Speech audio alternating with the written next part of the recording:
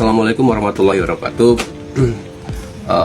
Perkenalkan, nama saya Waluyo, saya dari Universitas Rukania, Prodi Peternakan. Pada saat ini saya berada di pembuatan konsentrat yang ada di DUSKPD. Ya, di PAM Nawasena. Pada saat ini ada Bapak Mas Kris. Nah, inilah Bapak ini yang membuat konsentrat. Jadi kita akan tanya-tanya bahan-bahan apa saja yang digunakan untuk pembuatan konsentrat, kemudian cara pembuatannya. Ini contohnya, ini untuk bahannya yang bungkil sawit ya. Bungkil sawit nanti sebagai tambahan sumber karbo. Gaplek ini kalau untuk meningkatkan sumber karbo biasanya nanti kita pakai untuk khusus sapi nanti. Ya tambahkan sapi, nggak boleh banyak-banyak. Kalau terlalu banyak nanti kebanyakan sapi ternak itu mencret.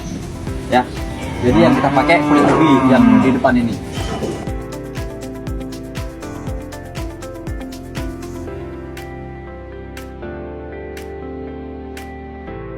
Tumpi jagung ini kulit ari ya, kulit ari jagung.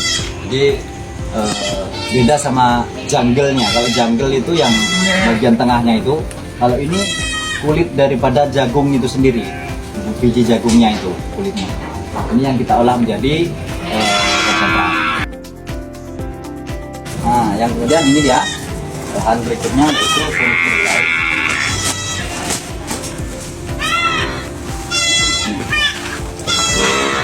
Ini juga sumber protein dan karbo juga.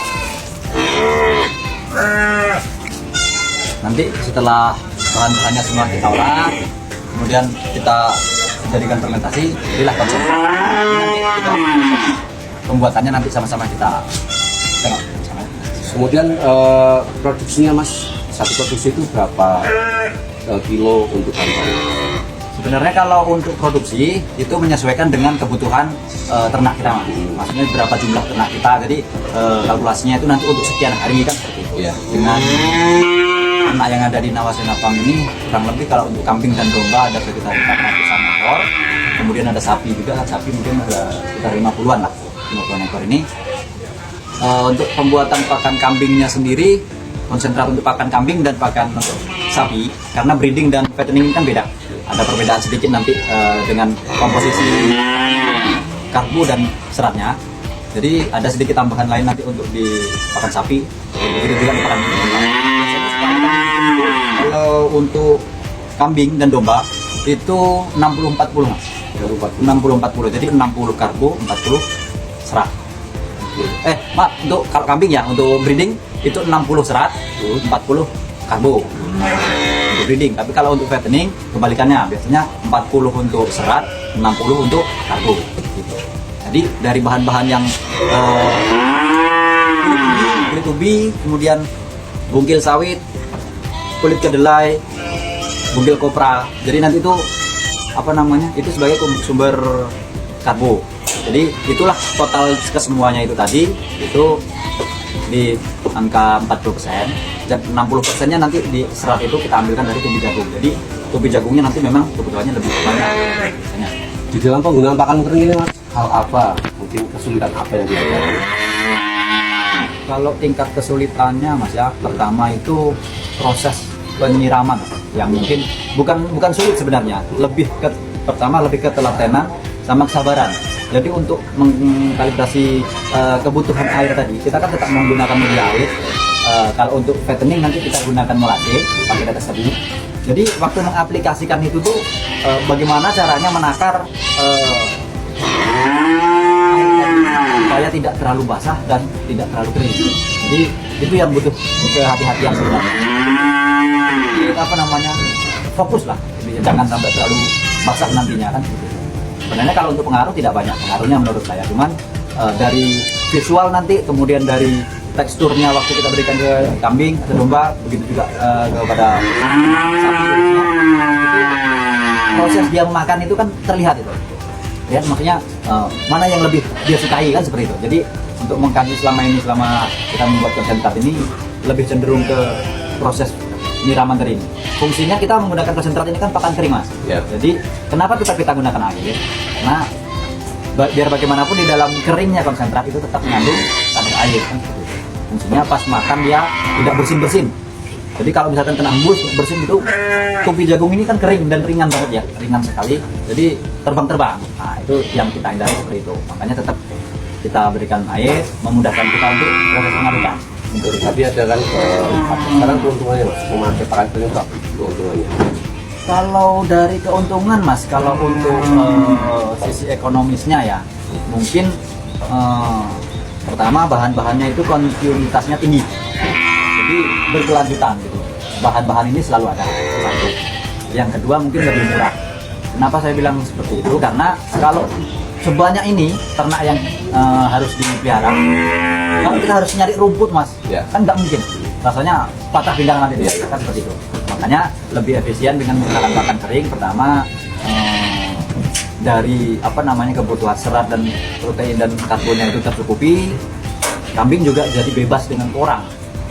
Ternak kita bebas dari cacing porang. Jadi yang pernah kita alami dulunya tidak bagus kan seperti itu. Berapa kali kita coba memotong kambing atau domba ini, alhamdulillah yang tadinya bayangan kita kalau selama makannya rumput gitu kan di dalam perutnya itu agak jijik ya gitu kan karena kotorannya tadi. Ini tidak. Jadi begitu kita tadi ini kambing dan domba ini perutnya bagus, bebas dari cacing porang tadi. Seperti itu. Yang kedua kalau keuntungan ya mungkin segi waktu efisiensi waktu satu. Yang kedua kita nggak setiap hari harus memproduksi gitu. Jadi sekali produksi bisa langsung, misalkan sekarang nih kemungkinan ada 1,5 ton nanti kita produksi, kebetulan pakan kambing dan domba juga habis kan jadi nanti kita buat mungkin sekitar 1,5 ton. Jadi bisa dipakai untuk kurang lebih 1 minggu atau 10 hari lah.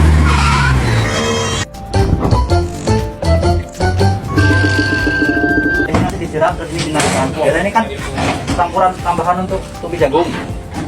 Tambahan untuk tumis jagung di lapis kedua.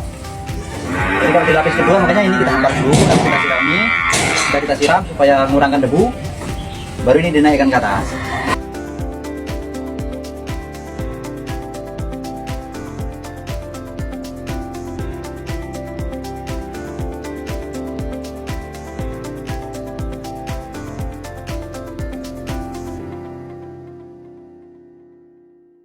Ini salah satu bahan untuk memenuhi kebutuhan nutrisi pada konsentrat yang kita buat. Ini ada ultra mineral. Jadi kita menggunakan ultra mineral ini untuk kebutuhan mineralnya di dalam pakan konsentrat yang kita buat. Satu. Yang kedua kita pakai Star Bio. Jadi ini yang jadikan nanti pakan itu wangi. Jadi kohe daripada ternak kita itu tidak berbau. Jadi mengurangi banyaknya lalat dan supaya kotoran itu uapnya itu tidak naik ke atas kan seperti itu. Jadi nanti kita aplikasikan ke konsentrat yang kita buat. Dan ini satu Mas, ini juga ini ada kita menggunakan molase. Ini tetes tebu. Nanti juga kita aplikasikan ke pakan konsentrat kita. Nanti kita tambah dulu airnya biar terbagi rata. Nanti di lapisan kedua biasanya kita siram lagi untuk supaya tumis jagungnya tidak terbang-terbang waktu kita mengaduk. Oke Mas. Nah, aplikasinya kita biasanya supaya merata. Jadi setiap lapisan atau per layar nanti kita taburi 1 bungkus ini mineral. Sama kalau untuk mineral biasanya dalam 1 ton itu kita kasih 5 bungkus. 1 ton. Jadi 1 ton pakan konsentrat 5 bungkus ultra mineral dan 3 bungkus Star Bio. Jadi nanti per layar kita aplikasikan ini. Langsung saja kita aplikasikan Mas kayak ini aja.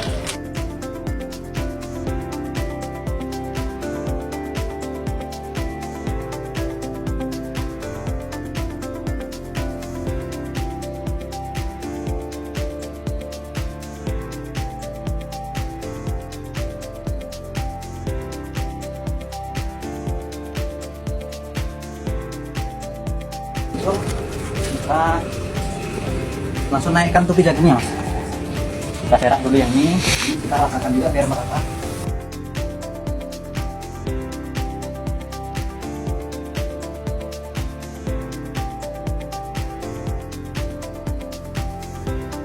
ini mas, ini kan lapisan kedua, bugil apa namanya, tubi jagung ya.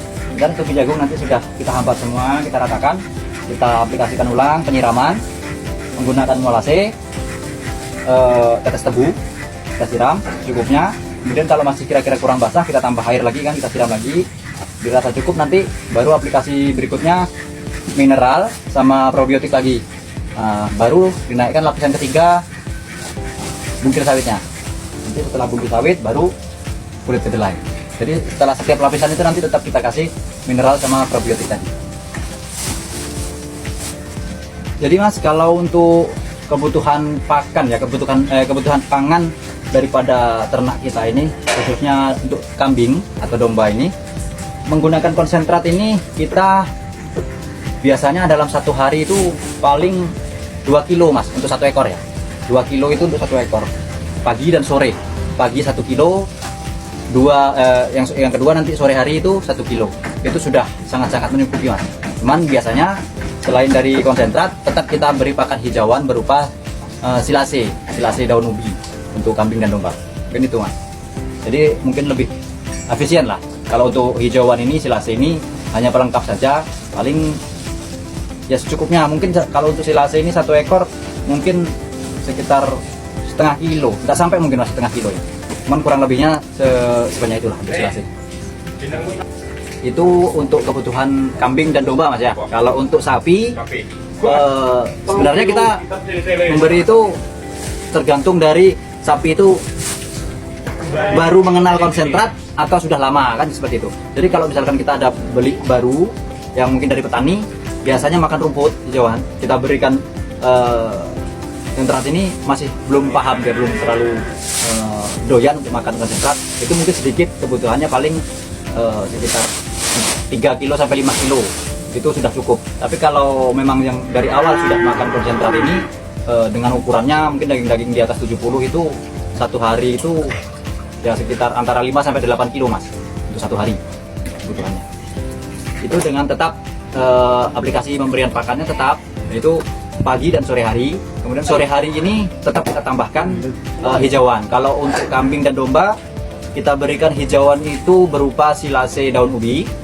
Tapi kalau untuk sapi kita berikan silase dari pakcong atau tepung apa ini, tepung jagung biasanya. Itu mana yang ada, biasanya kita ada 2 itu, pakcong sama tepung jagung. Mungkin itu mas.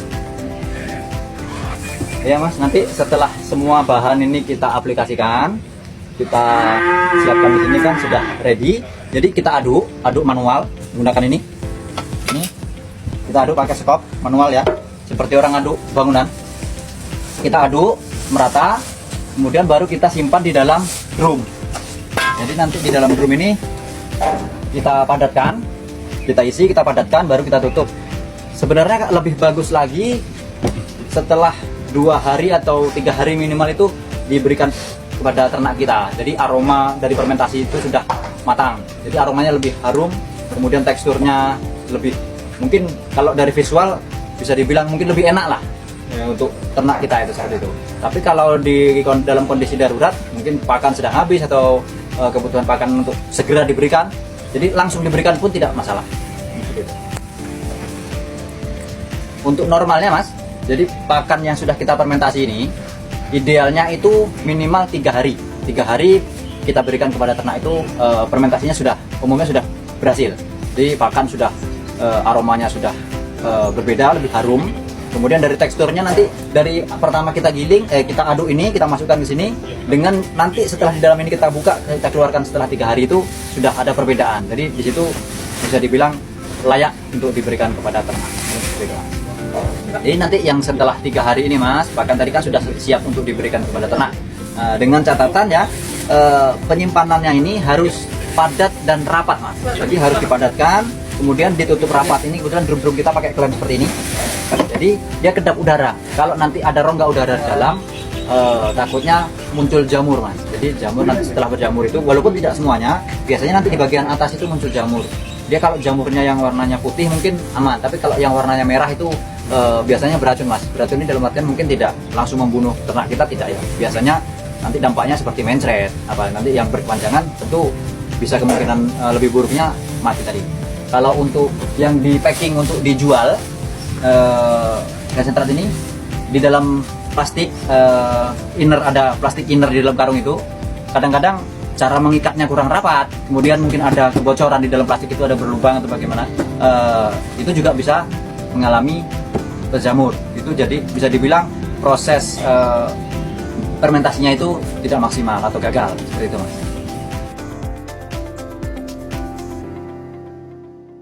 Demikianlah wawancara kita nah kambing dan domba dan sapi menggunakan pakan kering. Jadi mungkin apa yang disampaikan kepada dari peternak kepada kita mudah-mudahan bermanfaat bagi kita semua. Assalamualaikum warahmatullahi wabarakatuh.